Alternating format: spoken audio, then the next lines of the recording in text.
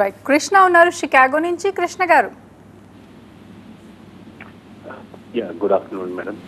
మాట్లాడండి. Good afternoon విజయశారెడ్డి గారు. Thank you అండి. గుడ్ ఆఫ్టర్నూన్ అండి. అదేనండి, మన నందమూరి పురంధరేశ్వరి గారు అధ్యక్షున బీజేపీ పార్టీ చాలా మంచి డెవలప్మెంట్ అవుతుందండి, మంచి గైడెన్స్ ఇస్తున్నారని నాకు అనిపిస్తుంది.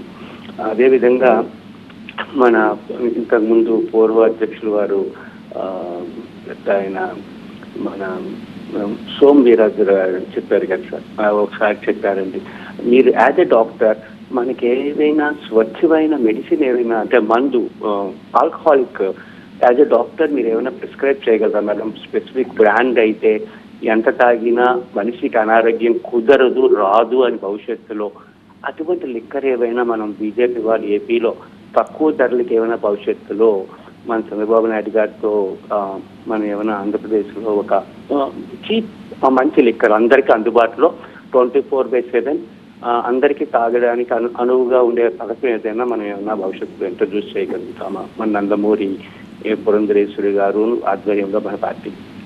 అది నాకు కొద్దిగా తెలియజేస్తారేమో ఆశిస్తున్నాను మేడం. Thank you.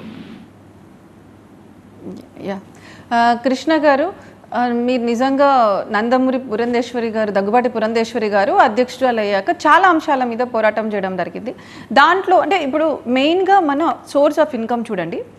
రాష్ట్రం ఇప్పుడు ఇటువంటి క్లిష్ట సమయాల్లో కూడా, అది కోవిడ్ కావచ్చు, అంత క్లిష్ట సమయాల్లో కూడా ఫస్ట్ వాళ్ళు ఓపెన్ చేసింది మద్యం దుకాణాలనే. మద్యము ఇసుక అనేవి ఒక మాఫియాలాగా ఏర్పడిపోయి ఒక మెయిన్ సోర్స్ ఆఫ్ ఇన్కమ్ అయిపోయింది. అంటే స్వయంగా అసెంబ్లీలో ముఖ్యమంత్రి, మంత్రులు ఇప్పుడు మేము మద్యం అమ్మి పథకాలకు డబ్బులు ట్రాన్స్ఫర్ చేస్తున్నామని యాక్సెప్ట్ చేసిన పరిస్థితి. ఇక్కడ ఏం జరుగుతుందంటే మీరు అన్నట్లు ఇక్కడ రెండు విషయాలు. ఒకటి, అంతకుముందు ప్రైవేట్ వ్యక్తులు వాళ్ళు అంటే కొన్ని బార్స్ కావచ్చు, షాపుల ద్వారా అమ్మేవాళ్ళు. ఇప్పుడు ప్రభుత్వమే టేక్ ఓవర్ చేసేస్తుంది. రెండవది, ఇక్కడ లోకల్గా డిస్టిలరీస్లోనే తయారు చేస్తున్నారు మద్యం. సో ఇక్కడ ప్రామాణికాలు అంటే స్టాండర్డ్స్ కూడా వీళ్ళు ఇక్కడిక్కడే ఫిక్స్ చేస్తున్నారు.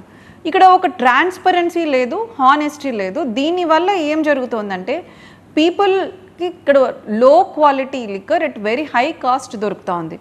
అంటే ఆ మ్యానుఫ్యాక్చర్ అవ్వడానికి ఒక బాటిల్కి అంటే 200 ml తీసుకున్నారనుకోండి, 7 to 14 రూపీస్ అయితే they are selling it at 200 rupees. ధర 100 రూపాయల నుంచి 200కు పెంచారు. క్వాలిటీ మాత్రం 100% నుంచి చాలా ఎంతకు దగ్గర వాళ్ళు ప్రామాణికాలు కూడా తెలియదు. దీనివల్ల ప్రజలు ఇబ్బంది పడుతున్నారు. మేడం ఇదే అంశాన్ని తీసుకెళ్లారనమాట. తాగే వాళ్ళకి మద్యపాన నిషేధం చేస్తానని జగన్మోహన్ రెడ్డి గారు అధికారంలోకి వచ్చారు.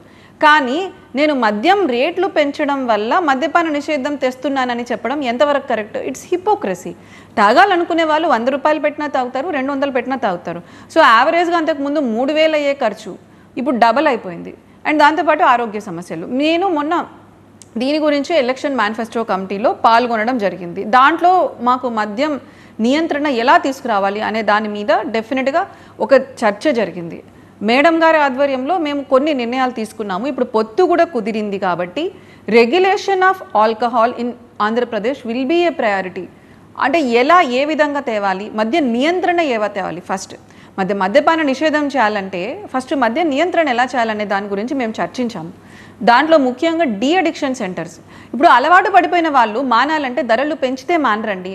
ప్రతి జిల్లాలో ఒక డీ అడిక్షన్ సెంటర్ పెట్టాలని అనుకున్నాము. ఇవన్నీ బేసిక్ డిస్కషన్స్ మేము మేనిఫెస్టో బయట పెట్టినప్పుడు చెప్తాము.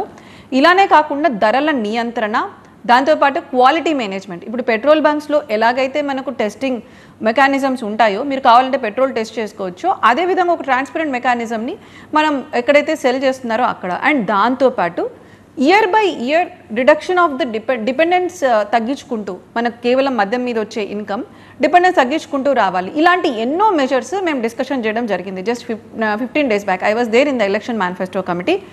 కానీ మా ధ్యేయం అయితే ఆంధ్రప్రదేశ్ ప్రజలు ఇటువంటి లో క్వాలిటీ హై కాస్ట్ లిక్కర్ తాగి వాళ్ళ ఆరోగ్యాలని, వాళ్ళ ఇంట్లో ఉన్న ఆర్థిక పరిస్థితిని దిగజార్చుకోకుండా చూడాలనేది ఖచ్చితంగా భారతీయ జనతా పార్టీ ఆలోచన.